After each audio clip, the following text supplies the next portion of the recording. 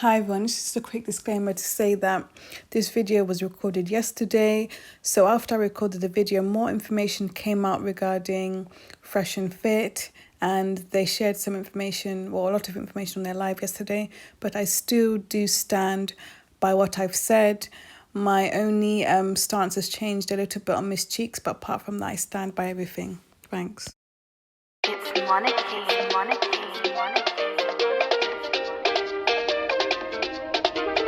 Nathan.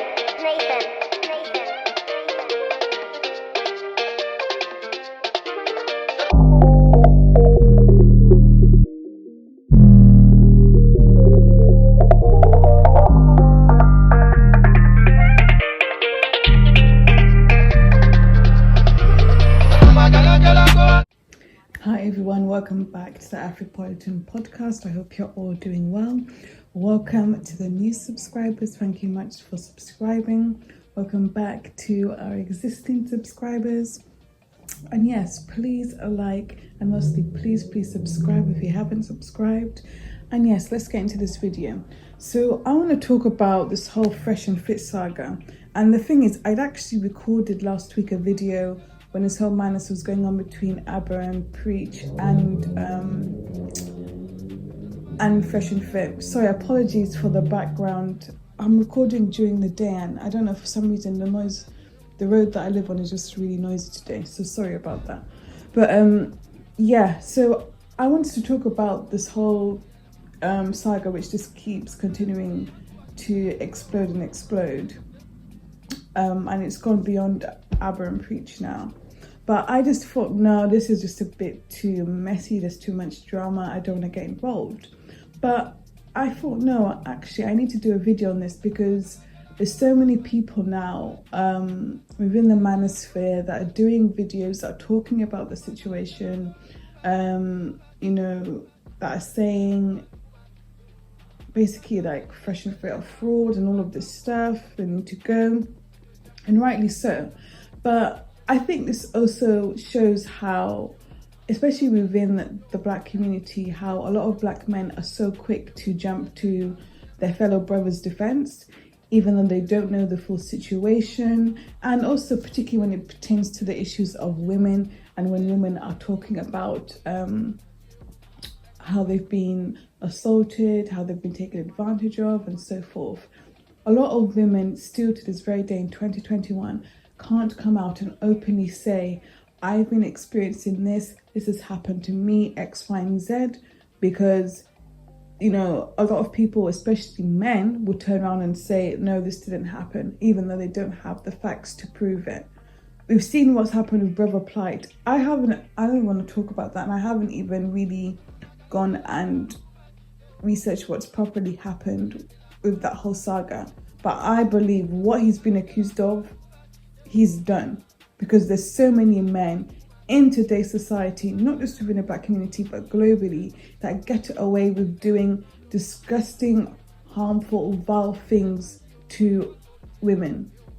And there's too many men that are covering up for their fellow men that are doing crap like that. There's men that know that their fellow brothers do stuff like that, but they keep quiet, or they deny it.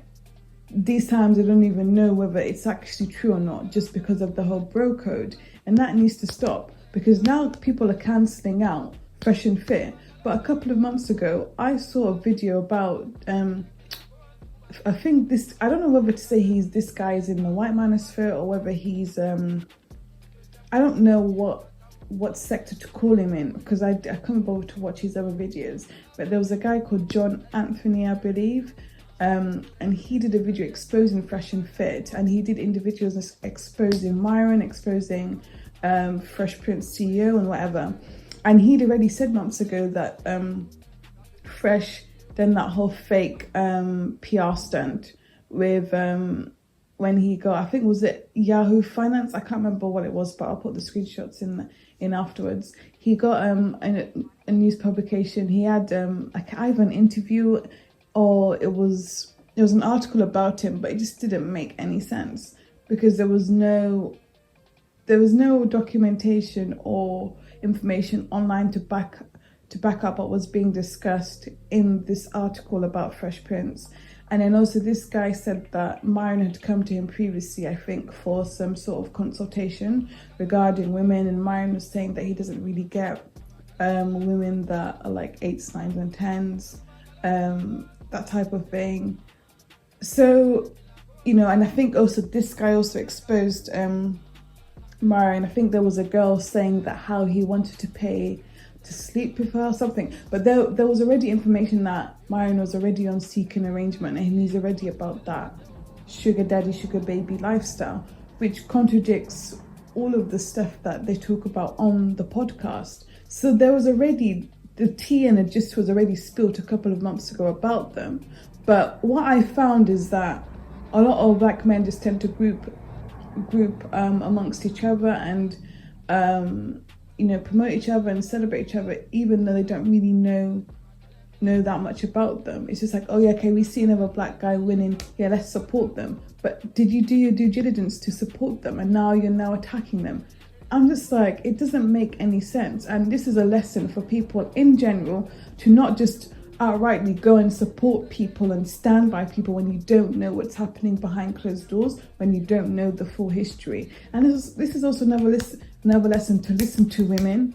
Like, I agree with the Black Manosphere like 98% of the time. There's things that I don't agree with. And also when that Anna lady did the video and she was saying that how the culture that Fresh and Fit creates, of how, you know, they encourage people to go and troll and say all these mean things to women, especially that woman. It's true, because I've even been in comments and I try and avoid it now, but I think one time I was on O'Shea's channel and a guy called me like he used an American slang word, but he was basically calling me a hoe. I've been called ugly. I've been called so many things by these bummy men that probably don't even have a proper job, can't even get women at 8s, 9s and 10s, like never have, never will, probably aren't even attractive. But because they see sometimes, not even sometimes, but they see content in the Black Manosphere, the majority of the time is critiquing women, black women specifically, and rightly so, because I also critique black women on my channel. But that then fuels this hatred that these men, that these trolls already have for black women, because maybe they've been rejected by an attractive woman, maybe they try to offer a woman a subpar date, or they're bummy and no woman's gonna take their nonsense and their crap, so you know that's bruised their ego, whatever. So when they see that Kevin Samuels, when they see all these other channels maybe trolling women, saying, oh, we've been standing up and whatever it is, that then gives them like an excuse to like now go and attack black women and troll black women and do all of this stuff. And it's not right. It's absolutely not right. Like, a lot of people, like, you need to, how can I say it? I feel as if this whole Fresh and Fit saga just highlights this whole stan culture and how it can become really toxic. Because there was also this this conversation between, I think, one of Fresh and Fit's like stan subscribers, who actually went and trolled that Anna woman. And you know, he was like saying, oh my God, I like changed my life and all of this stuff. And I think then afterwards he wanted Abba to put to take down the video because of what his family would see. So it's like, you men that go into this red pill space, go into the Black Manosphere space, the Manosphere, the wider Manosphere space, like, yes, okay, you're being given advice from content creators, but also have some common sense. Have some common sense and do your due diligence. If you see that, Rob, the people that, you know, I'm listening to and stuff like that, what they're doing when they're getting exposed by these women and getting exposed regularly, there must be a reason why. And I'm not saying that everyone who's been exposed on the internet and on YouTube, everything's right, because of course there are people that have tried to dox other content creators who've made up lies and stuff like that. But sometimes these lies aren't actually lies. So not every day stan culture, not every day just trolling critique and attack women just because your favorite YouTubers are doing that and mocking women in their videos. No, sometimes have common sense and sit down and think, is what I'm listening to actually making sense? Can this actually help move my life?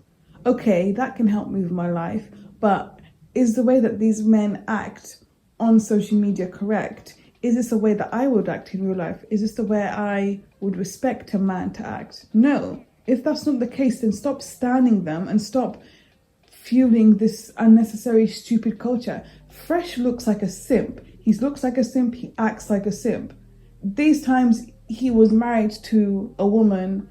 Okay, let me even not go too much into it because John Anstey talks about it in his video, but it's like this lifestyle that you're doing and all of that, you're doing, guy, but your history doesn't match what you're now talking about. And of course people do change, but he just, even when you watch his personal vlogs, you can just tell that I don't want to say he's not confident, that's the wrong word to use, but he's just not, he doesn't have alpha male energy, like that's just not him. And even the one that comes with the most vim is Myron. And I'm not gonna lie, I did watch some of their videos, like maybe if I'm working I would have them in the background, but they just have the same type of women on there.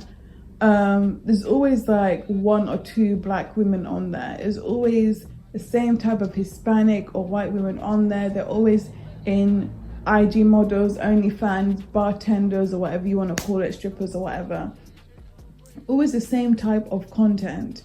Then they say that they do their due diligence before they get the women, but you get the same type of women on there.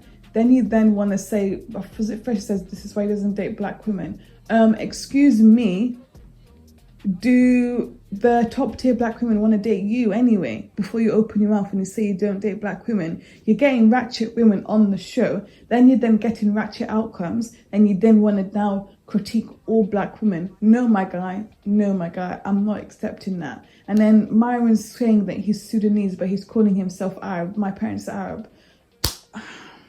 Okay, you're not black. Okay, fine. So are these the men that you guys are claiming, that you guys were claiming? Are these the men that you guys were really claiming? This is just a lesson for people to do their due diligence before you start standing people, before you start amplifying people's profiles. And a lesson to also listen to women when they come out and say that they're being taken advantage of, they're trying to be extorted. Listen to women, please, listen, because I take this stuff seriously. I take assault, any type of issues. I don't want to talk too much, but you guys know what I'm trying to say. Any issues pertaining to women's safety, especially when it comes to opposite sex, I take very seriously. So this is a lesson for the Black Manosphere, for the Manosphere in general, to stop standing men and just agreeing with men and jumping to men's defense just because they're a fellow man, because they're not always right. And look what's happened now. Anyway, guys, yes, please like, share and subscribe, and I'll see you guys in the next video. Stay blessed.